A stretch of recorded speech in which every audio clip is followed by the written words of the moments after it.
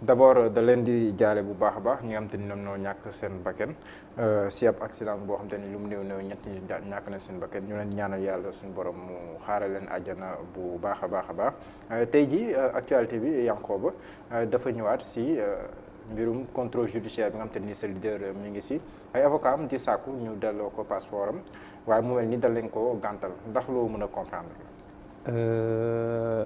D'abord pour comprendre ko sax day jafe mbirum nan laa ko mën a waxee nan lañ ko c'est quoi le terme bi ñu utiliser sax contrôle judiciaire bi balaa ñuy accès ci nangu passeport bi contrôle judiciaire bi sax déjà du ma juriste nag waaye juriste yi nga xam ne ci loolu la ñuy liggéey ñoom ñëpp atte nañ ne mbirum liñ koy tuumaal ndax tuumaal la liñ koy tuumaal ne dafa sàkku ndaw si ñiñ ko mës a tuumaal yëpp dugaluñ ci kenn ci contrôle judiciaire ci suñu xam-xam bu gàtt amul ci kenn koo xam ne dañ laa tuumal lu ni mel ba pare teg la ci contrôle judiciaire balaa ñuy agsi ci mbirum passeport bi. mais tam juriste yi xamal nañ ñu que la liberté c'est la règle. La détention c'est l'exception. C'est l'exception bu nekkee ne da nga am toutes les garanties de représentativité yu mu àndal yëpp. donc c'est normal que ñu bàyyi la en liberté en attendant que enquête bi di dem ba sës. D'accord loolu yëpp dëgg la c'est très vrai ça c'est le principe à savoir que la liberté c'est la règle, l'emprisonnement c'est l'exception. Ça c'est le principe. Mais dans le fond, est-ce que au Sénégal c'est comme ça qu'on fonctionne? Quand par exemple, parce que pour man il faut ñu dellu si waat ci cappaandaw li, c'est un opposant qui a été accusé. Parce que il faut que les mots aient un sens. Il a été accusé. Absolument. Accusé sans preuve formelle. Et on a accusé des accusations qui sont vraiment nan laa ko mën a waxee grotesques. Qui sont apparus juste une première semaine ci semaine bu njëkk bi lañ dégg yenn xeetu accusations yi avec 2 pistolets sous la contrainte loolu déggatuñ ko de dañ dem ba ci biir xam ne sémantique boobu doxul ils se sont rendu compte que ça sent trop le Far West ñu tegee ko côté ñëw nag ci mbirum enchaîner embrayé ci beneen affaire la dame je veux même pas citer son nom soi-disant elle est en état de grossesse ça fait plus de 9 mois on attend toujours son accouchement on n'a pas encore vu. Il y a un célèbre avocat qui s'est... Mais après, ça a été démenti. Démenti par qui? Par qui? Par la personne qui l'a dit ou bien par des personnes qui ne sont pas mandatées pour le faire? Ça a été démenti dans le tas. Mais dans le fond, tout le monde sait que tout est faux dans cette histoire. De hautes personnalités de cette République se sont démarquées de cette histoire. Mais par courtoisie ou bien par crainte, ils n'ont pas osé s'affirmer pour dire que clairement que c'est une hérésie cette histoire-là.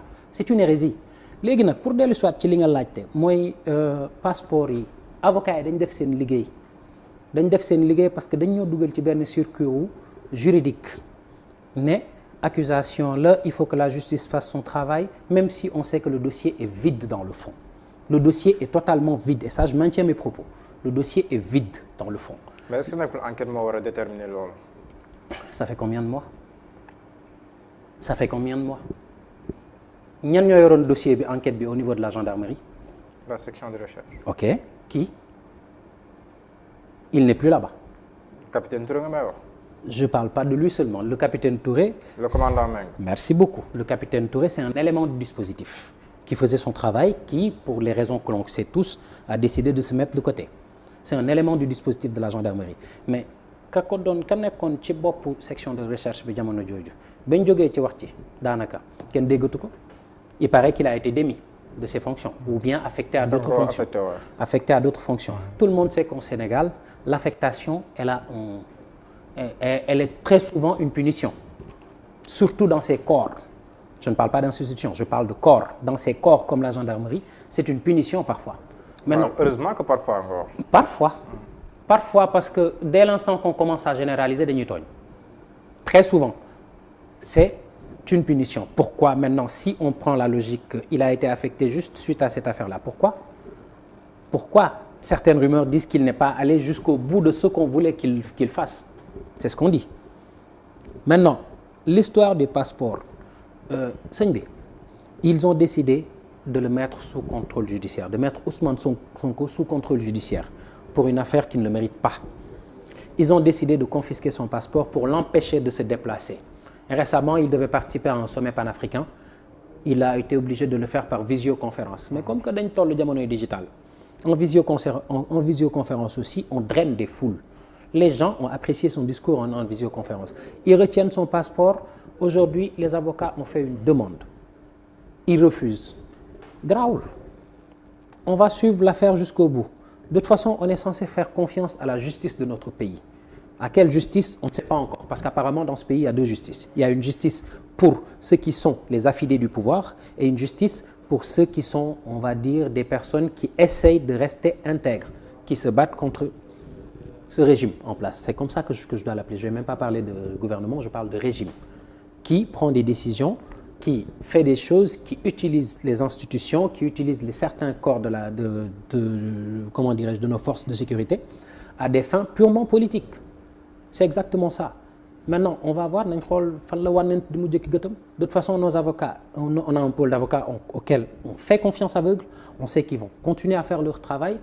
Maintenant, plus on va les acculer, on va voir fan la ñuy mujj ak ñoom. Mais est-ce que tamit l'argument de l'instrumentalisation de la justice à double vitesse ak yooyu est-ce que war nañu ko mën a relativiser parce que gis nañu fa aussi ay opposants yoo xam ne am nañ fi maille à partir avec la justice mais bu ñu demee ba si biir ñoom ñoo mujjee am gain de cause même bu nekkee bëriwul noonu donc est-ce que war nañu ko relativiser un peu yéen est-ce que nekk seen discours waroon nañu ko woon accès si ñu dem si procès mbir mi leer wala sax ngeen def un plaidoyer pour que au moins les juges d'instruction du premier cabinet bi nga xam te ni ki ko nekkoon nekkatu fi yàlla na ko yàlla yërëm ñu wutu ko ba mbir mi mën a wéy est-ce que nekkul foofu ngeen waroon accès seen discours au lieu ngeen nekk fii di wax ay instrumentalisation de la justice ak yooyu.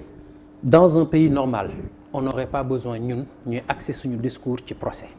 Dans un pays normal où les institutions sont autonomes et font leur travail normalement en toute indépendance et en toute intégrité ñun waruñu woon sax soxla ñun ñuy wax naan nañ dem ci procès. Combien de fois Ousmane Sonko s'est prononcé pour la tenue de ce procès-là? Luñ bëggaat? Combien de fois Ousmane Sonko s'est prononcé pour la tenue de ce procès? Du benn, du ñaar. Je ne parle pas seulement d'Ousmane Sonko. On a Bassirou Diomaye, on a comment dirais-je, Souleymane. Ils se sont tous prononcés pour la tenue de ce procès. Boobu ba tey ça ne se fait pas encore. Donc ñun on ne peut plus parler de tenue de ce procès. On laisse ceux qui doivent décider de la tenue de ce procès en décider quand ils le voudront, quand ils se sentiront prêts pour la tenue de ce procès. Mais en attendant, l'instrumentalisation de la justice, c'est un fait. C'est un fait, c'est pas des chimères. Nekkul loo xam ne ñun ñoo ko xaatir rek génne ko ne nit ñi am leen lii la lu am la lu am la. Et il y a eu des opposants qui ont eu maille à partir avec la justice. OK, c'est tout à fait normal. Maintenant, transposons la situation. Combien de personnes qui sont aujourd'hui des affidés du pouvoir actuel ont eu maille à partir avec la justice? Il y en a combien? mais am na si ñoom peut-être ni jàppoon nañ leen sax ba tëj leen si yéen même bu nekkee liberté provisoire après moo si mujjee am comme Bougazelli mais. Dans une affaire de flagrant délit sur un crime économique. Je ne parle pas de délit, il n'a pas fait un délit, il n'a pas fait une infraction, il a fait un crime économique. Mais il jouit toujours de sa présomption d'innocence. Et il était même pressenti pour être candidat à la candidature dans sa localité. Où est la logique? Où est la logique? Pour les mêmes faits, Ngaaka Blindé, je me permets de le citer, même si je ne le connais pas, c'est un artiste, c'est une personne populaire. Pour les mêmes faits, et même moins grave, parce que Ngaaka Blindé, il a toujours clamé son innocence. Il a été pris la main dans le sac, littéralement. C'est même pas une locution imagée, c'est ça. Il a été pris la main dans le sac. Dañ ko jàpp loxo ci poos mu yor ay billets noirs nar koo lavé ne woy yàqu naa. C'est pas moi qui le dis, c'est des vidéos qui ont circulé. C'est pas quelque chose que j'invente. Et il a même poussé le Rubicon jusqu'à accuser la gendarmerie. Accuser ouvertement la gendarmerie de tentative de corruption. Anamu tey kooku warul woon sax am liberté provisoire. Il devait même pas avoir une liberté provisoire jusqu'à tancer la gendarmerie et insulter toute la République en même temps. Et pourtant, il joue aujourd'hui, il est libre comme l'air. Man mi moo gën a libre. Donc, cite-moi encore un autre aujourd'hui personnage. Parce que moi, j'appelle des personnes, je les appelle des personnages. Et pourtant, le président Macky Sall, ses discours yu mu njëkk a tenir, par exemple, bi mu teniroon le 3 avril 2012, bi ñu ko falee juste le premier discours bi mu teniroon, il était ferme, mi ngi doon naan je ne protégerai personne ñaari yoon sax la ko waxoon. Donc, selon yow ni nga ko gisee, qu'est-ce qui a changé entre-temps ba entre ce discours-là ak yow constat bi ngay def nii, dafa mel ni yàlla ak yàlla. Mais il avait déjà dit qu'il ferait un mandat de 5 ans au lieu de 7 ans. C'est ce qu'il avait dit, qu'il allait ramener le mandat mais loolu tam xam nañ ne mu jaar le conseil constitutionnel moo ko ne mënut a nekk. Oui, si on veut. Il avait aussi dit qu'il n'allait jamais nommer son frère. On connaît la suite. On connaît la suite. Donc, s'il revient aujourd'hui à la veille de la fête de notre fête d'indépendance, qui nous appartient à lui, qui ne lui appartient pas, parce que le Sénégal, c'est pas sa propriété, ëppale wuñu ci Sénégal, et qu'il se permet de faire un discours comme ça, bah liñ naan ku min sa xuloo yab la.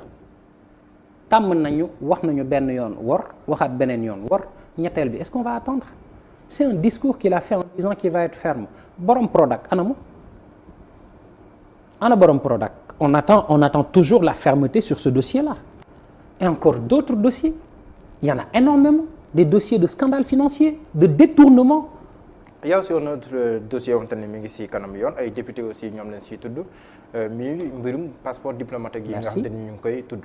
foofu tamit boo koy observé ni mbir mi di demee ndax da nga si am xel bu dal wala ba léegi dañ siy gis justice à double vitesse. booy boobu noonu tamit jiite réewu tubaab bi du ma tudd turam. am na benn expression bu siiw bu mu waxoon ci campagne présidentielle bi passé nii France ba mu nekkee moom ak ndaw si Marine Le Pen. ne ko Macron nga yow booy. waaw ne ko c'est de la poudre de perlimpinpin. war nga ko booy tamit. waaw par respect je dois pas. waaw par respect je dois pas mais booy bu ñu ko péjoratif de bu ñu ko rendre péjoratif parce que nous aujourd'hui de Pastef on nous appelle booy booy Pastef yi la ñuy dégg rappeurs yi ay kilifa lañ on les appelle booy. mais bu nekkee ne si at nga koy jàppee wala si leneen wala bokk si nangam mais njiitu réew ci at mais il a plus de 40 ans. on est responsable politique on nous appelle aujourd'hui boy. non bu ñuy wax booy Pastef yi les jeunes de Pastef yi nekk si réseaux sociaux yi ñoom la ñuy gën a joxoñ mais pas bu ñu naan booy. Pastef pourtant on généralise on met tout le monde dans le même sac. Ousmane Sonko taxul ñuy wax wala Birame Souleye Diop wala ñooñu xam ne mais jeunes yi nekk si réseaux sociaux yi. ñoom ci seen bopp gars yi dañ leen di dëxëñ foofu mais c'est pas le débat. C'est pas le débat il avait utilisé une expression pour dire. ba pare musuma dégg français aussi wala Macron di wax booy Pastef kon est-ce que war ngeen ko rendre la pareil. si man je peux parce que am na leen loo bon bref c'est pas le débat aujourd'hui mais bu ñuy wax ci boy quand je disais boy c'est par rapport c'est en faisant le parallèle avec les chefs d'État qu'on a l'habitude de connaître qui sont d'un âge un peu plus mûr et qui ont des comportements un peu plus mûrs que le sien. C'est aussi simple que ça. Quand il se permet de dire que c'est de la poudre, il avait dit que c'est de la poudre de perlimpinpin. C'était ça. Ces discours-là, li ñuy gis ni aujourd'hui avec les députés qui eux aussi ont été cités. Il y en a un qui a anticipé sur le mariage pour tous au Sénégal, qui a validé le mariage pour tous. Le gars, il est député. Il a épousé d'autres hommes. C'est pas un autre homme, hein. Il a épousé sur le papier d'autres hommes pour leur permettre d'accéder à ces passeports-là. C'est grave. C'est grave. Il a anticipé sur le mariage pour tous au Sénégal. Parce que moom takk na góor. sëy na ak góor ci këyit. Il est l'époux d'autres hommes. mais yow ça on n'en parle pas. xam nga yow da nga prudent c'est wax parce que da ngay naan sur le papier kon foofu li muy insinué mooy amagul enquête bu dem ba sës ba établir loolu ba ñu dem yoon ba ñu juger ko ba ne lii moom moo ko def ba ñu ba présomption d'innocence bi ngay jox woon ñu dindi ko. sëñ bi donc man est-ce que prudence boobu tam war ñu si demee. Je suis un patriote républicain. Je crois fondamentalement au Sénégal. Je respecte mes institutions. Et je crois aussi au principe de la liberté pour tout le monde. Donc, quand je dis présomption d'innocence, quand tu le dis toi-même, c'est que c'est vrai. On lui doit la présomption d'innocence parce que jusqu'à preuve du contraire, il n'a pas encore été jugé. Mais quand je dis sur le papier, sëñ bi, en administration, tout ce qui n'est pas écrit est faux, n'est pas vrai. On peut en débattre. Tout ce qui n'est pas écrit, mën nañ toogaat def ci taxaw seetlu mais lu ñu xas ba bind ba publier ko sa waaye amatul sikki sàkka fii nag dañ ko bind publier ko dañ ko bind ne moom dafa takk ngóor sàngam pour mu mën a am passeport mu wëlbati ko waat takkaat ngóor sàngam pour mu mën a am passeport sa waaye loolu c'est des faits c'est écrit c'est consigné sur papier c'est des faits c'est pas des élucubrations comme ça c'est des faits lu taxaw la kayit la dafa takk ay góor pour que ñooñu mën a am passeport kooku li ñu ko war a toppee ëpp na sax mbirum passeport diplomatique ñun ñëpp la saaga suñu réew. On a entendu un député dire que procédure bi ni ñu koy defee ak ñoom ci Assemblée nationale jamono jii nii mooy procédure normale bi mais ba ñu defoon ak solidaire boobu jàpp ne ne kon nekkul jaar woon ci yoon bu mu waroon jaar amoon na tuuti yàkkamti bu ci amoon loolu ndax yéen da ngeen di jàpp ne kon ça vous donne raison avec le recul. Depuis que Ousmane Sonko s'est lancé en politique le temps a toujours été son meilleur allié le temps. mais am na yu fi waxoon tam mu rattrapé ko. comme. dañoo war a fusiller ñi jiite woon réew. non. yooyu rattrapé na ko après. non loolu c'est que en fait. mais exemple rek laa la jox. C'était juste une expression abusive. On va dire qu'il a eu un abus de langage si on doit parler français. C'est un abus de langage. C'est comme aujourd'hui nga wax ak nit nag saa moytu ma naa la kilan. Alors est-ce que pour autant tu iras jusqu'à ça? C'était juste une expression pour montrer la gravité de leur crime contre le Sénégal. C'était juste pour ça. C'était pour insister sur la gravité de leur crime contre le Sénégal. Mais après rattrapé na ko. Bah oui, parce que il y a eu une incompréhension. bi mu demee gis président Abdoulaye Wade à la veille de la présidentielle yooyu tamit après ñëwaatoon na donc voilà c'était juste une parenthèse mais si laaj bi yaa ngi doon naan temps bi. Le temps est le meilleur allié de Ousmane Sonko. À l'époque effectivement on avait tous remarqué que il y avait eu de la précipitation pour l'enfoncer. C'était ça dañu yàqamte dañu parax mbir yi pour gën koo suuxal faf yàlla mi dara tawul àtte. Aujourd'hui ils sont en train de suivre la procédure normale encore une fois duma ci wax. D'accord. damay seetaan.